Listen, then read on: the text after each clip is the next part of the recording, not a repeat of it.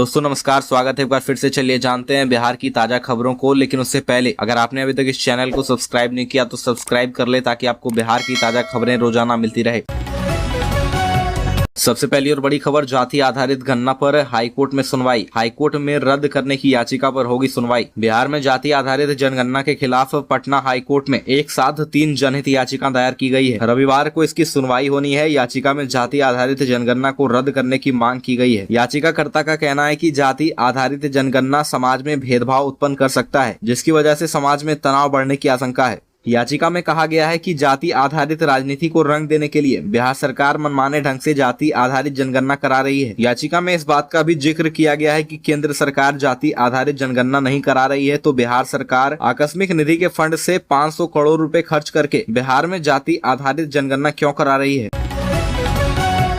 अगली खबर, गया में बदली स्कूलों की टाइमिंग। 1 से 8वीं तक के क्लास सुबह 6:30 बजे से 10:30 बजे तक होंगे संचालित। बिहार के गया में भीषण गर्मी का प्रकोप जारी है। पारा 43 डिग्री तक पहुंच गया है। भीषण गर्मी को देखते हुए जिले के डीएम त्यागराजन एसएम ने 1 से लेकर 8वीं तक के सभी स्कूलों की टाइमिंग में बड़ा बदलाव करते हुए निर्देश जारी किया है। अब स्कूलों का संचालन सुबह 6:30 बजे से 10:30 बजे तक होगा। इसके साथ ही स्कूल संचालकों को सख्ती से निर्देश का पालन करने को कहा गया है।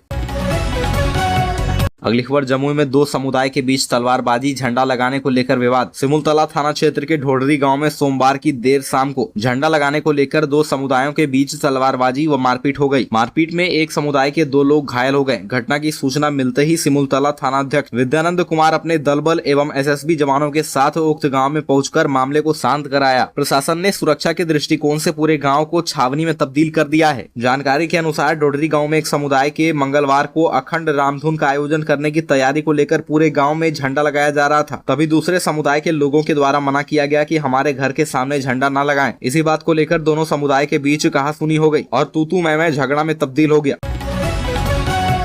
अगली खबर, बिहटा में खनन अधिकारियों पर बालू माफियाओं के हमले से घिरी सरकार। पटना के बिहटा में जिस तरह से बालू माफियाओं द्वारा खनन अधिकारियों व पुलिस कर्मियों को बेरहमी से दौड़ा लाठी डंडे से पीटा गया, इनमें एक महिला अधिकारी पर हमला किया गया। उसको लेकर विपक्ष ने सरकार पर जोरदार हमला बोला है। भाजपा विधायक नीरज बबलू ने कहा कि बिहार में यह जंगल राज का सबसे बड़ा उदाहरण है कि यहाँ सरकार के अधिकारी छापेमारी करने जाते हैं और सरकार के संरक्षण में पल रहे बालू माफिया उन पर हमला करते हैं और उन्हें बेरहमी से मारते हैं। यहाँ तक कि यह भी नहीं देखते हैं कि उनमें से एक महिला अधिकारी भी शामिल है, जिसके साथ ऐसा होने पर बिहार की कैसी छवि सामने आएगी।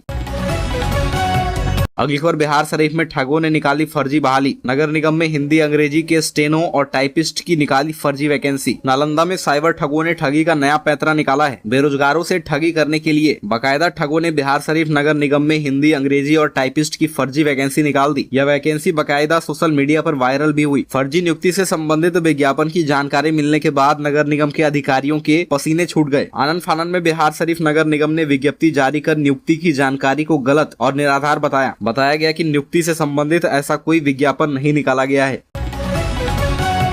अगली खबर, पटना के गांधी मैदान में बागेश्वर बाबा का लगेगा दरबार। 5 दिनों तक चलेगा कार्यक्रम। बागेश्वर बाबा के नाम से चर्चित बागेश्वर धाम के पंडित धीरेन्द्र कृष्ण शास्त्री बिहार की राजधानी पटना में दरबार लगाएंगे। राजधानी स्थित गांधी मैदान में बागेश्वर बाबा का भव्य कार्यक्रम आयोजित किया जाएगा। इस कार्यक्रम में हजारों की संख्या में लोगों के जुटने की संभावना जताई जा रही है। पटना के गांधी मैदान में 13 से 17 मई तक बागेश्वर बाबा का कार्यक्रम आयोजित है। इसको लेकर तैयारियां शुरू हो गई है। हालांकि बिहार में सत्ताधारी महागठबंधन के सबसे बड़े घटक दल राष्ट्रीय जनता दल ने इस कार्यक्रम का विरोध करना शुरू कर दिया है।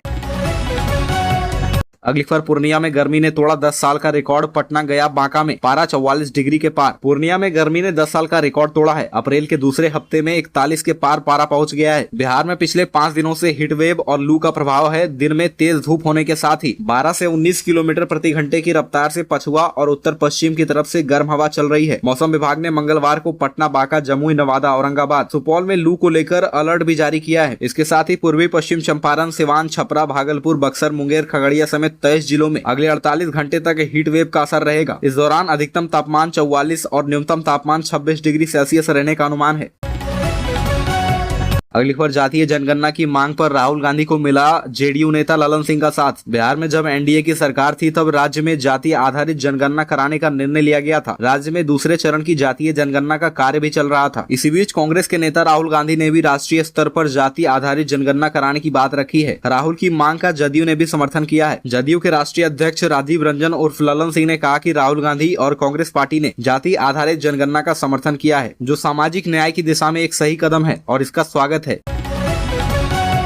अगली खबर, बिहार में लगातार बढ़ रहा कोरोना, 24 घंटे में मिले 87 नए संक्रमित। बता दें कि पिछले 2 दिनों से प्रदेश में कोरोना से संक्रमित 100 से अधिक मरीज मिल रहे थे, जिसके बाद सोमवार को यह आंकड़ा थोड़ा कम हो गया। बिहार में कोरोना के केस लगातार बढ़ते ही जा रहे हैं। पिछले 24 घंटे में राज्य में 87 नए केस मिले हैं। वहीं अब प्रदेश में 546 एक्टिव कोरोना मरीज हैं। मरीज के गले में खराश, खांसी, सर्दी, बुखार के लक्षण मिल रहे हैं। अगली खबर, जमुई के स्टेट बैंक की चकाई शाखा में लूट की घटना, वारदात को अंजाम देकर भागे बदमाश। बिहार के जमुई जिले के चकाई थाना क्षेत्र के चकाई बाजार स्थित भारतीय स्टेट बैंक की शाखा में अपराधियों ने दिन दहाड़े लूट की वारदात को अंजाम दिया। बता दें कि 5 की संख्या में रहे हथियारबंद अपराधियों ने इस घटना को अंजाम दिया तथा फरार हो गए। बताया जा रहा है कि अपराधियों ने 15 लाख का सोना, 3,75,000 नगद सहित कुल 19 लाख रुपए लूटे हैं। फिलहाल पुलिस पूरे मामले की छानबीन कर रही है। अगली खबर, एक एक कर 4 मंदिर की मूर्तियों को विक्षिप्त ने तोड़ा, छेनी हथौड़ी से प्रतिमा को किया क्षतिग्रस्त। बिहार के गोपालगंज जिले में भोरे थाना क्षेत्र में उस वक्त सनसनी फैल गई जब 4 अलग अलग मंदिरों में स्थापित भगवान की मूर्तियों को किसी ने क्षतिग्रस्त कर दिया। घटना के बाद लोगों का आक्रोश फूट पड़ा। पुलिस को सूचना दी गई। छानबीन में घटना के पीछे एक विक्षिप्त व्यक्ति की संलिप्तता सामने आई है। जानकारी के अनुसार भोरे थाना क्षेत्र के जीव छापर हनुमान मंदिर, कल्याणपुर झरही में शिव मंदिर और चौतरवा दुर्गा मंदिर में प्रतिमा को सोमवार देर रात्रि मानसिक रूप से विक्षिप्त युवक ने तोड़ दिया। इसके बाद कटेया थाना क्षेत्र के मगैया गांव पहुंचा और वहां भी दुर्गा मंदिर में स्थापित प्रतिमा को क्षतिग्रस्त कर दिया।